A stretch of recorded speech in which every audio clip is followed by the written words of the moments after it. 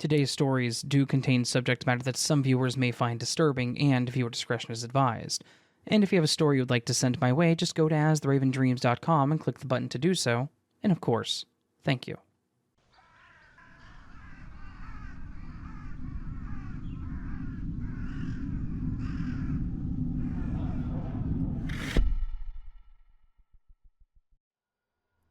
Back in the 90s, I planned a camping and hiking trip with a few of my friends in Idaho, close to the base of the mountains.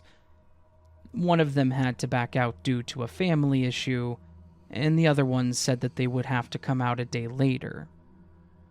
We were planning on staying for 3 nights, 4 days, but I didn't want to lose any of that time.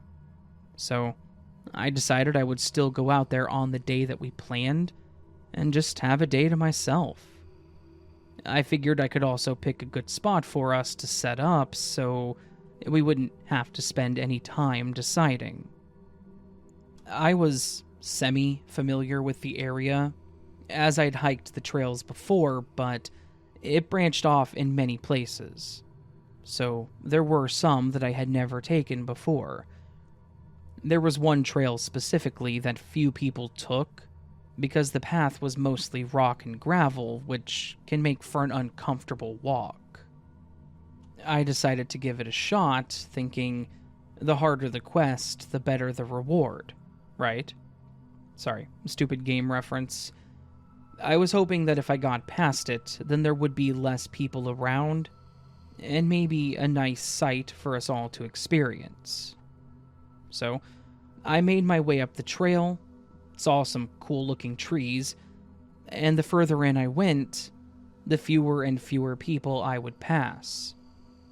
At one point, it kind of came to a dead end, with a bench and a small placard with information about the area. The path seemed to start again on one side that led back down to the entrance. But there was a very small path behind the little circle part that you could stop and rest on. There was no gravel or concrete path, but more so just looked like it had been walked so many times that the grass died or flattened. I was curious, and I wondered what was over there, and I decided to check it out as well. The deeper in I went, the taller the grass got, telling me this probably wasn't any kind of official trail, but I was this far in, and still curious as to what I might find. I went so far in that, looking back, I couldn't see where I had come from anymore. If not for the vague path being created, I probably would have had to find my own way back, or leave some kind of trail for myself. Sure enough, the woods opened up to a small area that looked like it could make for a great place to set up our tents. There was a small grassy area surrounded by trees. You could still see the sun in the sky looking up, so we would still get a decent amount of light. And there was no one else around. But as I laid my bag down and went to sit on a tree stump, I noticed just that. There was a single tree that had been cut down. It was smooth and even, not like it had been fallen or been struck by lightning or something. And there was no sign of the tree to boot. Why would one tree, out of all of these trees around me, get cut down? That's when I started to pay more attention to the area. This forest area was not man-made. Maybe the trails were to some extent, but they didn't cut out random trees like this. Yet there was almost a small clearing where there were no trees in sight. I walked towards the middle of a small opening patch, and as I stood there, I noticed that it fell off. The ground seemed softer than the rest of it.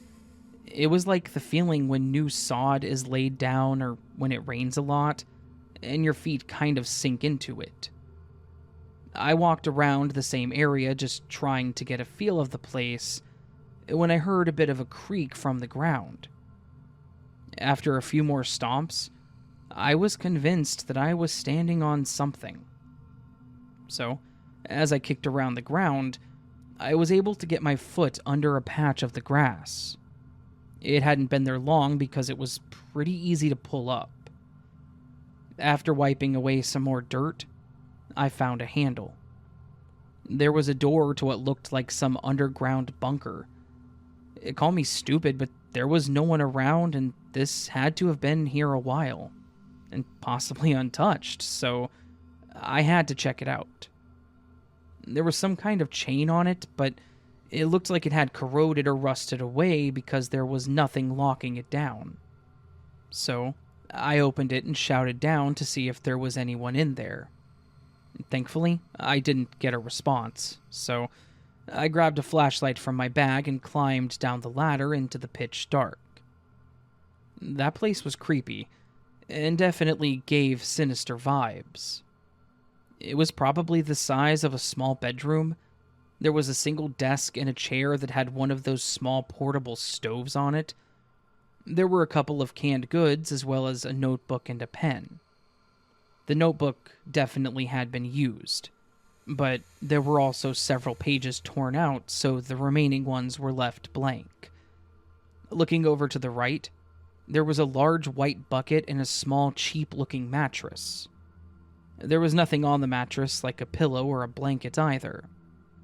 It was looking like someone had been living there, but as I walked over to the mattress, I noticed something coming out of the wall. Like it was bolted in. Tracing it with the light, I could see a chain with some kind of shackle attached to it, almost like it was a cuff. As I got down to pick up the chain, I noticed some of the scratch marks on the floor and the dark stain on the mattress. I was convinced at that point that no one was living there, but maybe being kept there. It was creepy as it is, but this was really making me uncomfortable, so I left. I got out, covered it back up the best I could, and I left the area, fearing someone may have seen me or that I would be suspect for whatever the hell happened down there. I went to a path that we were familiar with, and I had a normal time from there, but I did feel a little paranoid that someone was going to call me out. Thankfully, my friend came out a little earlier than expected the next day, and we sat and chilled for a bit. I ended up telling him about the bunker that I found, and of course he wanted to check it out too. So I took him back to it, but I stayed outside, watching out while he looked around. He agreed that the place was creepy, and we talked about what could have possibly happened down there. We talk about it on occasion together, and with a few friends, we even tried going back there years later to find it. Some things came up in our lives, and we weren't able to go back for quite some time. The gravel path was still there, but we actually never found the bunker again. It had to just be the time that had passed and us forgetting where it was, because a bunker can't just disappear, right? I even tried looking it up on Google Maps, thinking maybe I could find it from the satellite view, but I still cannot pinpoint it. I hope that I am able to find it again, and then maybe someday find out what exactly happened down there.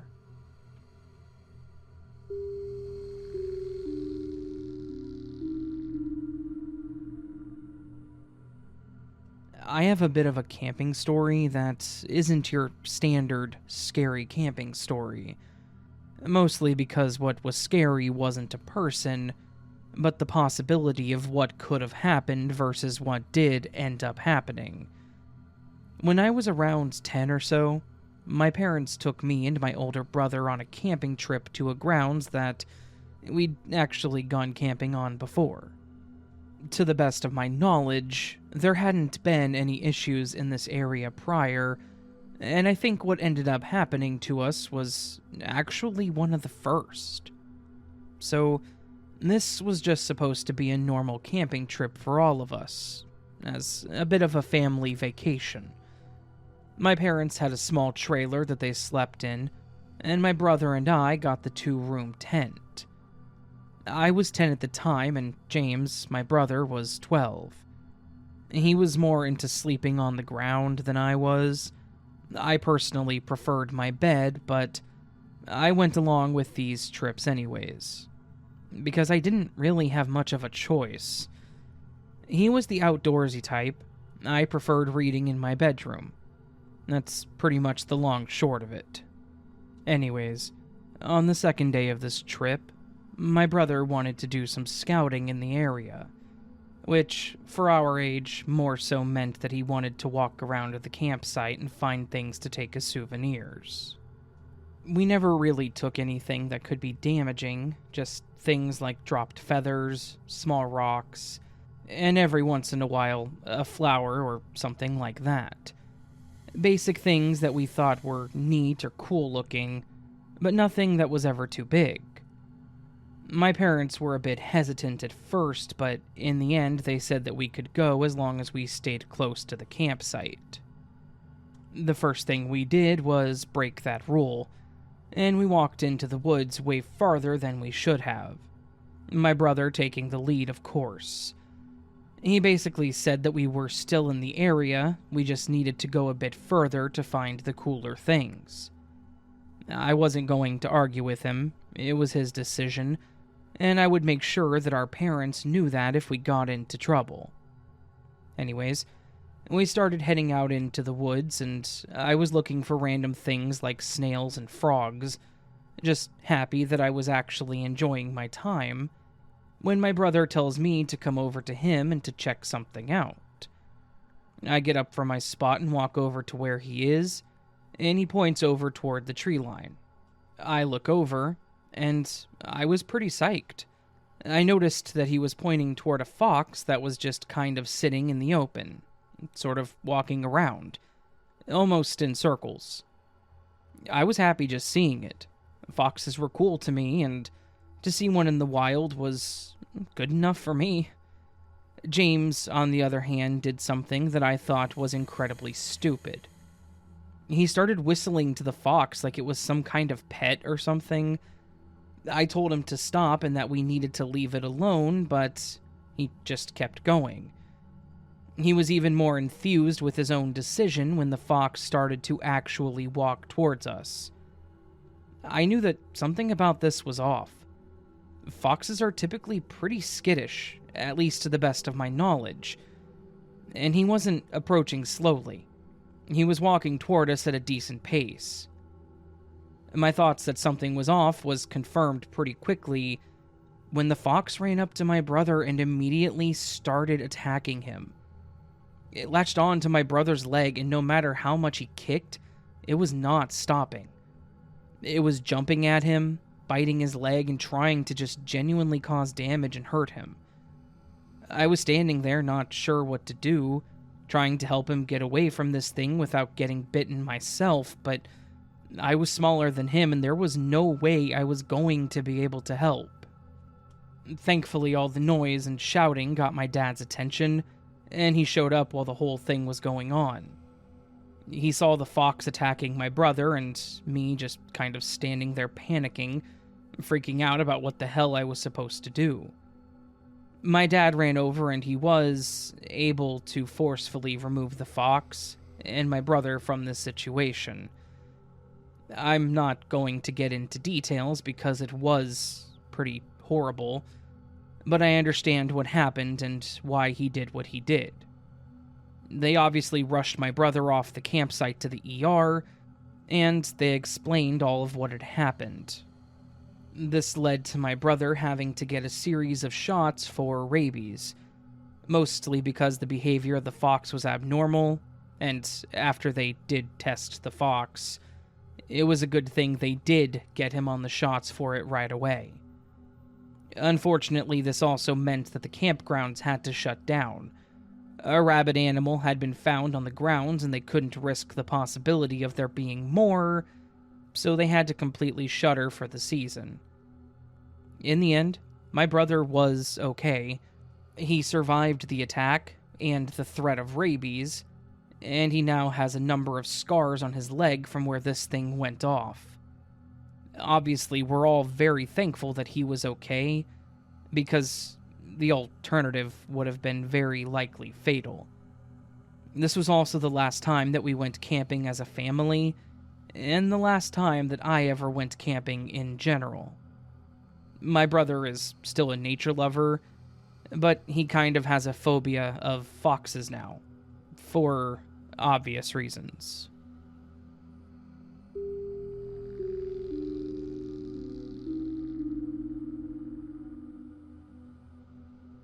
So, this happened when I was about 9.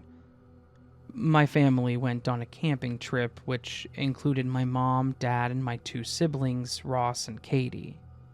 I don't remember the exact place we went, but it was somewhere in West Virginia. We'd been there before, and while I didn't have the place memorized or anything, I did like the area. The campgrounds always had a lot of other kids around, and this one actually had a playground in it.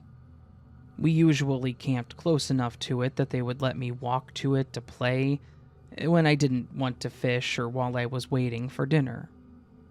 However, this year, we weren't able to get a spot by the playground.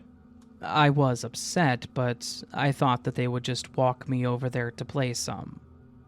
I was looking forward to the playground this year because my brother and sister were older and they didn't want to be around me as much. I had already experienced this on occasion at home. As I was sure I was pouting in the car, my mom promised me that we would still get to visit. We had stayed at least one night so far, because my dad always wanted to take all of us fishing, and we had spent most of the day doing that. Then, the next day, we all went on some trail together, and then we had one full day left as we were going to leave the next morning. I was starting to believe I was lied to, and I wasn't going to be able to go to the playground, so, as kids do, I started whining and complaining. My mom finally gave in and told my siblings to walk there with me so we could play around a bit before we left that day. We drove past it when getting to our spot, so I knew it was down the trail, and it went around a curve. Then there was a small fork that led to the playground and a community grill area, as well as some picnic tables. We started walking down that way when we heard a vehicle coming up behind us, which was fairly normal because it was a road, but then we heard it getting closer, so we got over to the side. But this truck was going way too fast. When it sped by us, it was so loud and it nearly knocked me over. I remember my brother yelling out to it, but they didn't stop or slow down or anything. We just continued to make our way to the playground. When we got there, I started going across the monkey bars and just doing what I had been waiting all weekend for. As some of the kids started clearing out, the few of us left wanted to play hide and seek. It was the perfect place to do it with all the trees and bushes. I knew I could find a great place to hide, so we started playing, and my siblings even got involved too. I took off into the trees, hoping to find a great spot. Looking back, we definitely should have set boundaries so that we didn't get too far, but I didn't even consider it either. I just wanted to find the best spot. I ran into the trees while looking around, and before I realized it, I had run in pretty deep. I couldn't even hear Ross counting anymore. I went a little further in and I found a big pile of leaves and branches. I was still pretty small, so I thought that I could easily hide in it. I started moving around some of the brush so that I could jump in it when I started hearing talking. The voices sounded distressed, and being a curious kid, I decided it was more important to check it out. I walked past the brush pile and a little further in, I could finally see people. There was a guy and a girl sitting on the ground. The girl was holding her knees close to her chest, while the guy was on his knees. Then, I saw the bigger, scarier guy pacing in front of them, as well as the truck that we saw earlier speeding by. The guy was pacing, yelling at the people about hiding something from them, and they were insisting that they weren't. The woman had started crying, so the pacing guy then pulled out a gun and somehow managed to scream at this woman without actually screaming. He pointed the gun at her, and he started whispering something as his face turned red and made her quiet instantly. This was when my clumsy self backed up, seeing the gun, and I apparently made a noise. All three of them immediately looked toward me, but I'm pretty sure they didn't see me though. The trees were very big, and I at least felt like I was pretty well hidden, not to mention I was pretty scared stiff. So, I held still, and as the gun-toting guy looked around, he said something to them about coming back, and then got in his truck and sped away. I was pretty freaked out at this point, and maybe even slightly worried that he may have seen me, so I started running away, back the way I came, or at least I thought I was. I seemed to be running around for a while, and I never came across the playground. I started to become overwhelmed and terrified that I was lost in the woods, and that no one would find me. Or even worse, the guy with the gun would.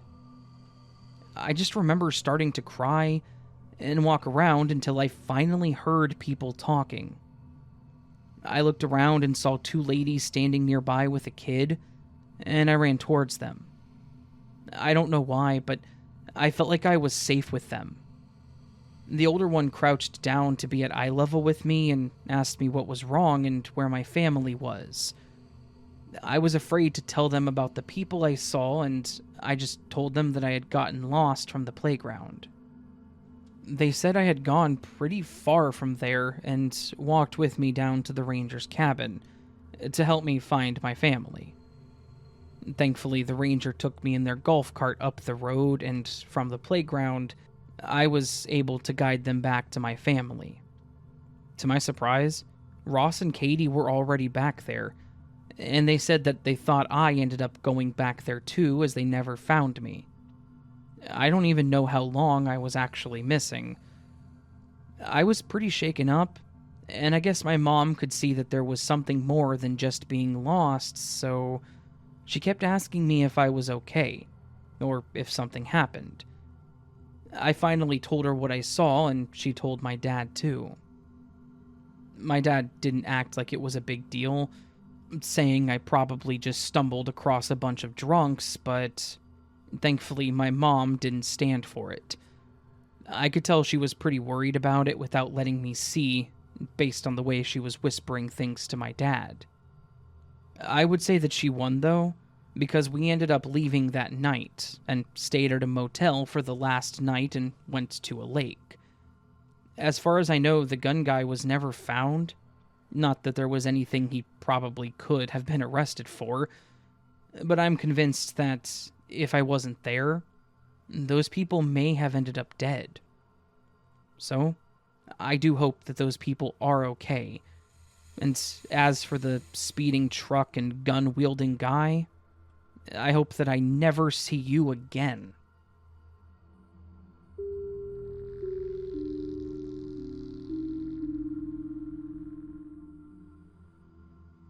Hi, Raven. I wanted to share my story with you because I appreciate the light that you shine on some of the darker moments in people's lives, in a positive way. This happened to me and my friends when we were in our early 20s. My grandparents owned land with a lot of acreage. I'm not good with that kind of stuff, but I remember that if you weren't paying attention, you could easily miss the driveway, because from the road all you could see was the start of a gravel path. The driveway was pretty long, so you couldn't really see what was on the property through the trees. But they had built a gorgeous cabin on it that they used as their summer or vacation home. I'd been there on many occasions as a kid to stay with my grandparents and family. My grandparents didn't go as often when us kids started getting older, so I took it as a great opportunity to go camping there with some friends, knowing that it would be free, able to fit multiple people, and that it was a safe area. My grandparents also agreed to let me have free reign as long as I did a few household chores that needed to be done, such as checking one of the pipes and changing out the linens that were out. My grandma was big about that, to avoid bed bugs or other things eating stuff. She kept most of her spare sheets, blankets, and towels in a sealed bag to prevent things like that, but some things she couldn't put into bags. So, after I went and checked it out to make sure everything worked as it should, my friends and I made our plans. The 5 of us were going to meet up at my place and we would drive out to the cabin together. That was about 4 hours away. One of my friends, Sophie, had already been there before with me as a kid, so she was at least familiar with the cabin. My other 3 friends, April, Mira, and Lindsay, had never been, though. We got there, and we all started calling dibs on where we were going to sleep. There were 2 bedrooms, the couch in the living room was a hideaway bed, and there was a pull-out cot that they kept in the closet. I took one room, Lindsay and Mira shared a room, and April and Sophie took the couch. Guess no one wanted the cot. Anyways, we all got settled in and decided to go hang out at the lake. The first night went fine and everyone had a great time. The next day we went hiking in the woods behind the cabin, and took a lot of pictures and gossiped. That night, we grilled and had a bonfire going. We had all been drinking and teasing each other, and one of us dared Mira to go skinny dipping. It was probably a mistake because Mira wasn't afraid of much, and she went for it.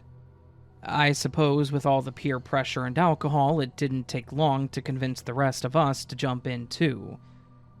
The next day, we realized we underestimated the amount of food and beverages we would go through, and also thought about a few things we wanted, so we decided to make a trip to the closest grocery store, which was about a 20-minute drive from the cabin. Lindsay wanted to stay at the cabin and sit out in the sun, and April agreed to stay with her so that she could shower before the rest of us, so it was just Sophie, Mira, and myself going to the store. We were probably gone for an hour and a half, 2 max, and when we got back, Lindsay was still out by the dog. When we went inside, though, it started looking like someone was looking for something. April and Sophie's suitcases were open and looked like they had been shuffled through. I thought maybe the other girls were pulling a prank or possibly looking for something, so after putting everything in the kitchen, I went to find April, who was still in the bathroom, or in there again, and I asked her about it. She didn't have any clue what I was talking about, and even came out to look. She looked confused. She was always well organized, and everything was folded neatly in her case, yet all of her stuff was just as much scattered as Sophie's. One of them went to ask Lindsay about it, and I walked around the rest of the place, and I noticed a few things looked off. I always made my bed, and it looked like the blanket had been moved. I went back to the kitchen to put the stuff away, when Lindsay had come back in with the others, and they were all talking about the situation. That's when it was pointed out that some of our food was missing too. There was a bag of pretzels gone, and some popcorn that was half empty, and a few other things that had been used up. It was a strange situation, and at first, we were thinking that it may have been someone breaking in. But then it felt hard to believe with where we were. The cabin was in the middle of nowhere. The closest house was miles away, and again, you can't even see the place from the driveway entrance. So we thought maybe it was an animal. Since there was food missing and only the cases in the living room were messed with, Maybe the animal heard April in the shower, got spooked, and took off. I thought maybe I was just remembering the bed wrong, and we all tried to reason with it, I think. And since we didn't see anyone or any evidence of a stranger, we all decided it was okay to stay and continued enjoying our time. We just made sure to shut the doors and windows and put away any food and drinks. So, the rest of the day was great. We all even seemed to forget about the earlier situation and had fun. We made kebabs for dinner, and then made another fire to sit around and drink.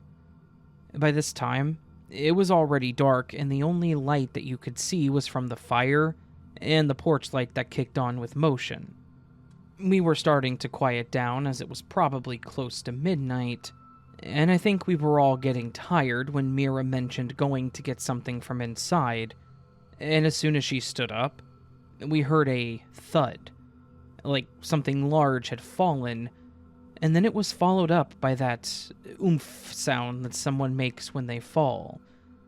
We all immediately stood up and were on guard. April started freaking out immediately while Lindsay tried calming her down. Again, I was trying to be reasonable since I brought my friends here, and I shouted, "Who's there?" But I didn't get an answer. We were on the side of the cabin facing the lake, and Mira suggested that we walk around to the front. She suggested that we do so on the widest path that we could. That way, maybe the reflection coming off the water from the moon might give us a little more light. We left anything that we had out there, and immediately started swiftly walking around. I did have an old wind-up lantern that was kept under the sink, so I turned it on, and we all walked around. As we got to the porch, Lindsay and April went inside, and the other three of us started looking around the cabin. That's when I noticed the bush that was leaning against the side of the cabin was moving. The bushes weren't very dense on that side, I assume because they had already bloomed, or maybe they didn't just get a lot of sun, or maybe too much. But because of this, we could very clearly see the figure of something large curled up in it, and looking at us. It took everything in me to not go running inside with the other girls. So, instead I mustered out a, "What the hell?" The scary situation seemed to break a little when we heard what sounded like a really bad impression of an owl. With Mira going off behind me, Sophie finally spoke up. She said with the most threatening voice that she could muster, "We're going back inside, and if you're not off this property in 2 minutes, I'll be back out with my shotgun." And no, she didn't have a shotgun, or any gun for that matter. But before we even closed the door, we saw someone take off the side and run towards the driveway. I didn't know what they could do, but I did call the cops, and they said they would send someone out to take a look. Not that it mattered much, because half an hour later, I got a call from the cop that was coming out asking for directions. He'd actually driven by twice. When he did show up, we gave him any information that we had. He walked with us to the fire so we could put it out and grab the blankets that were out there. He said that he never saw anyone on or near the road or driveway, but he said that he would drive around a few more times. We all crammed ourselves in the room that I was sleeping in, since the door locked, and slept in there that night. We ended up leaving the next day, which was only a day earlier than we expected, because that kind of killed the mood for a few of them. And I don't blame them, but we did find a small lake and then chilled out there that following night, and then we went home. They never did find anyone from that night, and Lindsay and April refused to go back there. Surprisingly, Sophie and Mira were, but those two are the crazy friends, if you will. I did tell my grandparents about it, and they were surprised, saying they had never had something like that happen. Grandpa still thinks it was probably just an animal, but the person ran away on 2 legs, so I'm pretty certain it was human. I helped them pick out and set up some security cameras, and made sure all the doors and windows had locks. It at least made me feel a bit safer whenever we went to visit.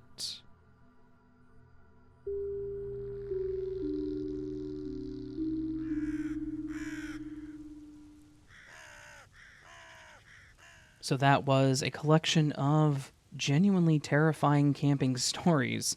The third of its kind on my channel. Yeah. It's been a while since I've done one of these, mostly because whenever I do camping or hiking or nature-related videos like this, they don't ever do well. Something about my channel apparently just dissuades my audience from watching natural camping, outside, outdoorsy, hiking kind of videos, so hopefully this one can break the mold. We shall certainly see. If not, that's fine. We'll just be a little while before I do it again, right? Anyways, if you enjoyed this collection of stories, please do hit that thumbs up button. If you're new to the channel and enjoyed what you heard, consider hitting the subscribe button and the bell icon next to it, of course, as we all know. And then, if you would feel so bold, leave me a comment. Letting me know how you're doing. How's your day going? Did you appreciate this video? Did you appreciate that this is video 3 of 4 this week, despite only doing 3 videos a week? And that this video should have gone up last Saturday? Yeah. That's how we do things here, I guess. Anyways, I hope you all have a beautiful weekend. I'll see you on the next video. But until that happens, my beautiful, beautiful friends, I do hope that you simply sleep well.